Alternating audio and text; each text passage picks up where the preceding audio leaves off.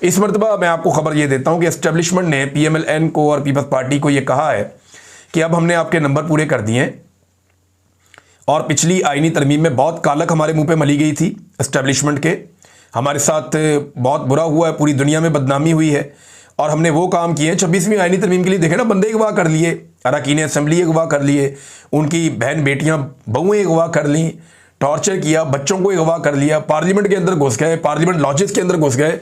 तो पिछली आईनी तरमीम में तो इन्होंने बहुत गंद मारा एस्टेब्लिशमेंट ने। तो उन्होंने कहा जी कि अब आप मजीद कालक हमारे ऊपर ना मलें, हमारी ज़रूरत है 27वीं आईनी तरमीम, लिहाजा ये अब आप खुद बोझ उठा लें, आप खुद करवा लें, आपके नंबर हमने पूरे करवा दिए। तो जनाब इसहाक डार साहब मैदान में आए और इसहाक डार साहब ने आके इसको ओन कर लिया।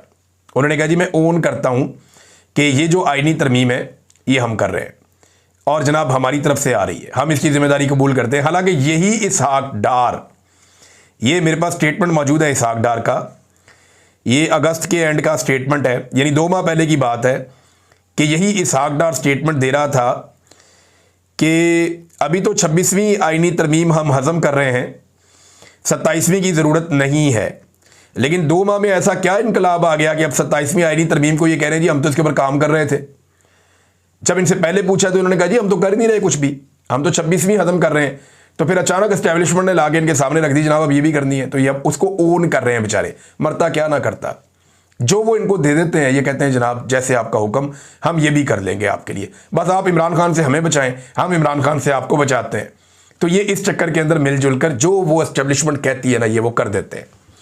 अब इसहाक डार इसको ओन कर रहे हैं मजबूरन, यानी इससे पहले इनको पता ही नहीं था। और मैं आपको कई महीनों से बता रहा हूं कि 27वीं आईनी तरमीम के ऊपर बारीक वारदात डाली जा रही है, बड़े लंबे अरसे से काम हो रहा है और बहुत सारी ऐसी चीजें, यानी PMLN को तो 27वीं आईनी तरमीम का पता ही चला तब जब बिलावल जरदारी ने कहा कि जनाब ये तरमीम आ रही है।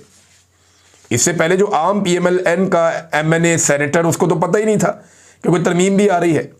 यहां आप नवाज शरीफ का एक स्टेटमेंट इस मौके पर अगर आप देखें तो उसको शहबाज शरीफ के एक स्टेटमेंट के साथ मिलाकर पढ़ें। शहबाज शरीफ साहब कहते हैं कि मैं बहुत सारे राज अपने साथ कब्र में लेकर चला जाऊंगा। ये शहबाज शरीफ ने कहा कि बहुत सारे राज अपने साथ कब्र में लेकर चला जाऊंगा। नवाज शरीफ ने कहा दिल में तूफान है लेकिन बहुत सी बातें नहीं कर सकता। कितनी बेबसी है दोनों भाइयों की देखें। एक तरफ एक आदमी है जो हकीकी आज़ादी की जंग लड़ रहा है, खुल के बात करता है, सच बोलता है और वो अपना बयानिया खुद बनाता है। दूसरी तरफ 2 भाई हैं, दोनों इतने मजबूर हैं, बेबस हैं। एक वज़ीर आज़म 3 मरतबा रह चुका है, एक दूसरी मरतबा वज़ीर आज़म बनाया गया है, दोनों बार बार वज़ीर आला भी रह चुके हैं। इनका ख़ानदान चौथी दहाई से इक़्तिदार में है और वो कह रहे हैं जी दिल में तूफ़ान है लेकिन बहुत सी बातें नहीं कर सकता। ये इतने कमज़ोर और बुज़दिल हो चुके हैं कि ये बात ही नहीं कर सकते। वजह यह है कि इनका बात करना बनता ही नहीं है। जैसे ही बात करेंगे लोग इनको गालियाँ देंगे कि यार तुम सानू फिर ट्रक की बत्ती पीछे लान लगे हो, क्योंकि अब इनकी बात पे यकीन ही कोई नहीं करता। ये बात कर ही नहीं सकते, इनकी वो हैसियत रह ही नहीं गई कि ये बात करें। और हर थोड़े अरसे के बाद, जैसे एक मैंने आपको कहा था ना थोड़े दिन पहले कि आपको नया नया चूरन बेचा जाएगा नवंबर के महीने में, एक चूरन, दूसरा चूरन, तीसरा चूरन, तो आपको बार बार चूरन बेचा जाएगा। मैंने आपसे कहा था नया चूरन आया, आपको चटवाते हैं नया चूरन। ये नया चूरन जो है ये एक्सप्रेस ट्रिब्यून की एक रिपोर्ट है, उस रिपोर्ट के मुताबिक एयर कराची के चेयरमैन हनीफ गोहर साहब ने इंकशाफ किया कि तरबेला में 636 अरब डॉलर के सोने के ज़खायर दरियाफ्त हुए हैं। 636। अच्छा, तरबेला के अंदर सोने के ज़खायर दरियाफ्त हुए, पहले तो खबर ये आनी चाहिए थी ना। सालों लगते हैं ये पता करने में कितना सोना है, सालों लग जाते हैं। वो कह रहे हैं ये तरबेला के अंदर जो है वो 636 अरब डॉलर के सोने के ज़खायर दरियाफ्त हो गए। आपको कैसे पता चला? पहले पता चलता वहाँ सोना है, फिर पता चलता है जनाब उसको हमने कंपनियां बुला ली हैं, जायज़ा लिया जा रहा है। फिर पता चलता है जनाब के जायज़ा लेने के बाद कंपनियों ने इतना काम कर लिया और वो ये कह रहे हैं कि ये तखमीना है। तो ये तखमीना तो निकलता है जाके बड़े लंबे अरसे के बाद, लेकिन यहाँ पे जनाब एक साथ ही उन्होंने उठ के कह दिया कि 636 अरब डॉलर के सोने के ज़खायर दरियाफ्त हो गए हैं। इन ज़खायर के बारे में चीफ ऑफ आर्मी स्टाफ को ब्रीफिंग दी गई है। क्यों भाई, उनका क्या ताल्लुक है सोने के साथ? उनका ताल्लुक दिफा के साथ है या सोना निकालने के साथ है? ये तो जो आपका माइंस और मिनरल्स का सेक्रेटरी है उसको ब्रीफिंग होनी चाहिए थी, या जो इसका वजीर है उसको ब्रीफिंग होनी चाहिए थी, या मैक्सिमम वजीर आजम को आप ब्रीफिंग दे देते। वजीर खजाना इसके अंदर शामिल हो जाता। लेकिन ये आर्मी चीफ को इसके ऊपर आप क्यों ब्रीफिंग दे रहे हैं? उसका क्या ताल्लुक है सोने के साथ? भाई साधुओं के साथ ताल्लुक होना नहीं चाहिए उनका। इसलिए मैं कहता हूं ना, बहुत मुतनाज़ हो गया ये होता। हनीफ गोवर के मुताबिक मामला SIFC के नोटिस में भी लाया जा चुका है। तो मैंने आपसे कहा था कि आपको रोजाना एक नया चूरन चटवाया जाएगा। मे भी वहां पे सोना शोना हो, लेकिन 636 अरब डॉलर, ये पता कितना पैसा होता है? ये पाकिस्तान का सारा कर्जा उतार के भी ये पैसा बच जाता है, इतना पैसा होता है। यानी 1,80,000 अरब रुपए होंगे ये, इतना पैसा। तो जनाब इतने ज़्यादा पैसों का तो नहीं सोना निकला है, और उनको तखमीना भी हो गया, अंदाज़ा भी हो गया। ये आपको चूरन चटा रहे हैं एक के बाद एक, और यानी इनकी कहानियां सुनने वाली होती हैं। जब इन्होंने इक़्तिदार में आना होता है तो ये क्या कह रहे होते हैं, ज़रा ये आप एक देखें पुरानी खबर। ये खबर है जनाब एहसन इकबाल साहब के हवाले से, और ये 2019 में एहसन इकबाल साहब ने एक बात की थी। उसमें उन्होंने कहा तब्दीली आ नहीं रही, तब्दीली आ गई है। 548 रुपए की दवाई एक ही बार में 921 रुपए की हो गई, तकरीबन 373 रुपए का इजाफा हो गया।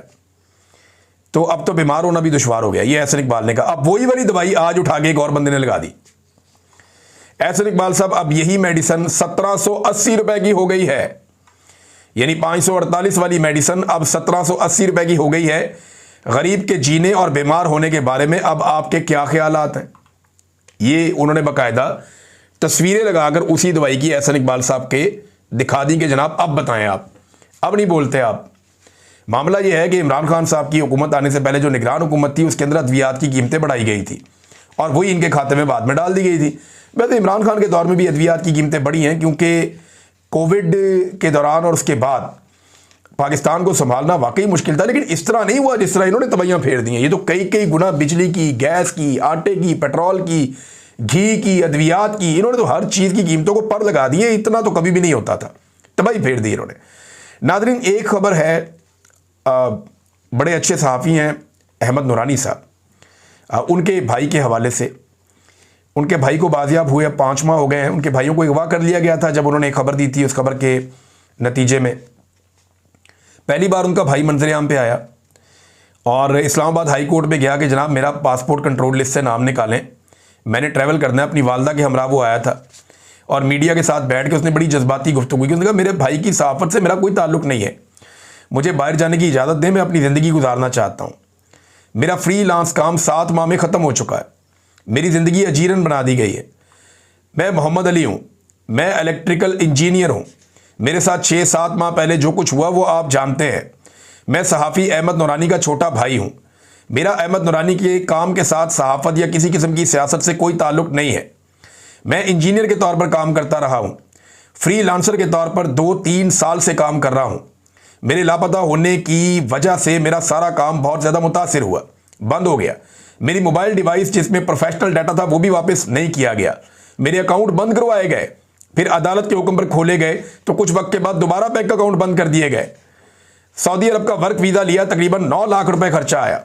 मैंने 1 लाख रुपए का टिकट बुक करवाया, FIA की जानिब से मुझे ऑफलोड कर दिया गया। 8.5 घंटे मुझे हिरासत में रखा गया, इदारों की जानिब से धमकियां दी गई और मुझे पानी तक नहीं दिया गया। ऑफलोड की स्टैंप लगाकर मुझे ऑफलोड कर दिया गया।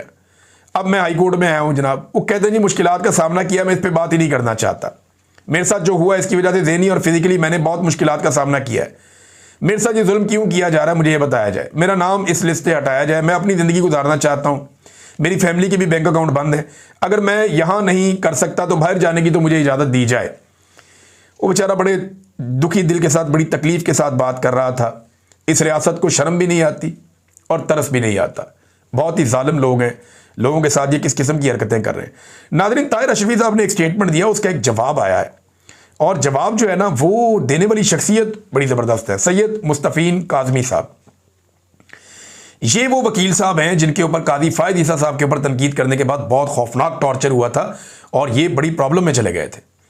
तो क्योंकि ताहिर अशरफी साहब ने कहा कि उलमा का ज़मीर खरीदना किसी के बस की बात नहीं है, तो इन्होंने ताहिर अशरफी साहब को जवाब क्या दिया ये देखें। बिल्कुल सही, उलमाए हक का ज़मीर खरीदना नामुमकिनात में से है, मगर तुम्हारा इस बात से क्या ताल्लुक है? तुम तो आर्मी एस्टेब्लिशमेंट के बहुत पुराने टाउट हो, ज़र खरीद गुलाम हो। तुम तो दुनिया की वो वाहिद अशरफी है जिसका वजन 2 टन और कीमत 2 टके की है। तुम तो एक बोतल की मार हो। सऊदी यहूदी हुकूमत के वजीफ़ा ख्वार भी हो। ये बहुत सख्त तनकीद की है ताहिर अशरफी साहब पे सैयद मुस्तफ़ीन साहब ने। ताहिर अशरफी साहब वैसे एस्टेब्लिशमेंट की गेम उठा के रखते हैं, ये तो बात बड़ी ठीक है उनके बारे में, हर दौर के अंदर हुकूमत का हिस्सा बन जाते हैं और वो इक़्तिदार की मसनद पे रहना चाहते हैं और इसके लिए वो अपने गल्फ़ में ताल्लुकात भी इस्तेमाल करते हैं, ऐसा हम बड़े लंबे अरसे से जानते हैं। अब तक के लिए इतना ही, अपना ख्याल रखिएगा, अपने इस चैनल का भी। अल्लाह हाफ़िज़।